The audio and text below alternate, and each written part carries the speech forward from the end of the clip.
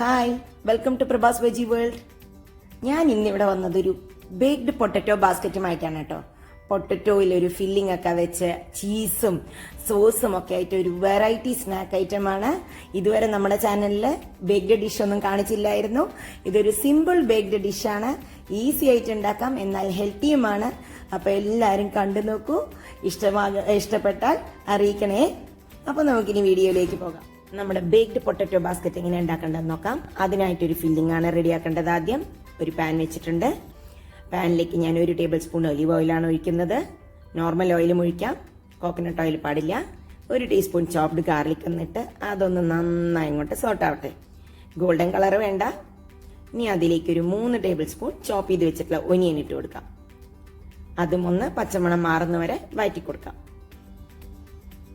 ഇനി അതിലേക്ക് 1 cup slice ചെയ്ത് വെച്ചിട്ടുള്ള മഷ്റൂമാണ്.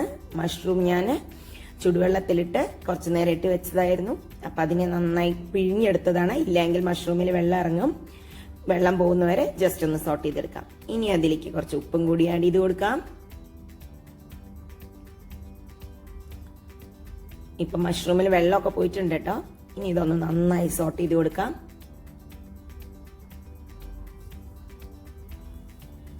ഇനി അതിലേക്ക് ഒരു 1/2 ടീസ്പൂൺ പെപ്പർ പൗഡറും കൂടി ഇട്ട് കൊടുക്കാം, കുരുമുളക് പൊടി.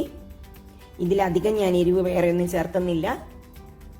1 പിഞ്ച് ഒറിഗാനോ ഇട്ട് കഴിഞ്ഞാൽ തന്നെ നല്ലൊരു ഫ്ലേവർ വരും. ഇറ്റാലിയൻ ഫ്ലേവർ കൊടുക്കാൻ വേണ്ടിയിട്ടാട്ടോ ഒറിഗാനോ ഇട്ട് കൊടുക്കുന്നത്.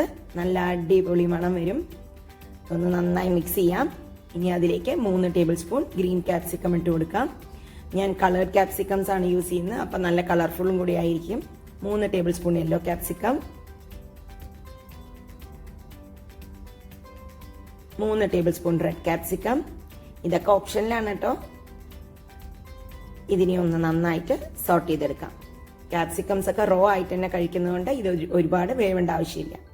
1 ടീസ്പൂൺ ചില്ലി ഫ്ലേക്സും കൂടി ഇതിലേക്ക് ഇട്ട് കൊടുക്കാം. മുളക് പൊടിയൊന്നും ഇടാറില്ല. നമ്മൾ പിസ്സ സോസിൽ ആവശ്യത്തിന് എരിവിട്ടിട്ടാണ് ഉണ്ടാക്കണത്. ഇനി ഇതായിട്ടുണ്ട്, നമുക്ക് ഓഫ് ചെയ്യാം.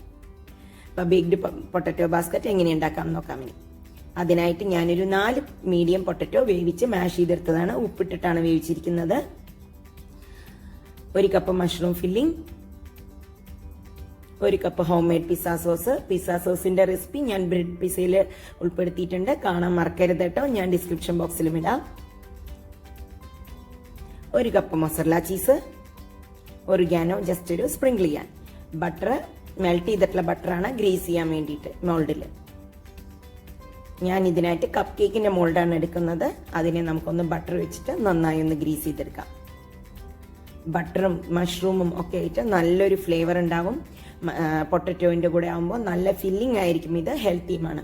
ഇനി നമുക്കിതിനെ ഒന്ന് കപ്പിന്റെ ഷേപ്പിൽ ആക്കിയെടുക്കാം. കപ്പ് കേക്ക് അല്ല, കപ്പിന്റെ ഷേപ്പിൽ. അടിയിൽ ചെറിയൊരു ഫില്ലിംഗ് മതി. സൈഡ് നന്നായിട്ട് ഒരു ബാസ്ക്കറ്റിന്റെ ഷേപ്പിലാക്കാം. ഇനി ഫില്ല് ചെയ്യാം നമുക്ക്.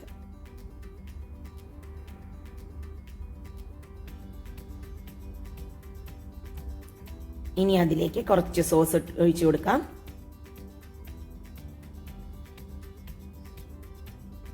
കുറച്ച് മൊസറല്ല ചീസ്. ഇത് കുറച്ച് കപ്പ് കേക്കിന് മുകളിൽ കുറച്ച് മുകളിലേക്ക് ഇരുന്നാലും പ്രോബ്ലം ഒന്നുമില്ല. കുറച്ച് ഒറിഗാനോ കൂടി സ്പ്രിങ്കിൾ ചെയ്ത് കൊടുക്കാം. കുറച്ച് പിസ്സ സോസും കൂടി മുകളിൽ ഒഴിച്ച് കൊടുക്കാം. നല്ല അടിപൊളിയായിട്ടുണ്ട്. ഇനി ഇതുപോലെ ബാക്കിയുള്ളതും കൂടി ഫില്ല് ചെയ്യാം. ഈ സമയം കൊണ്ട് നിങ്ങൾക്ക് ഓവൻ ഒന്ന് പ്രീഹീറ്റ് ചെയ്യാൻ വെക്കാം.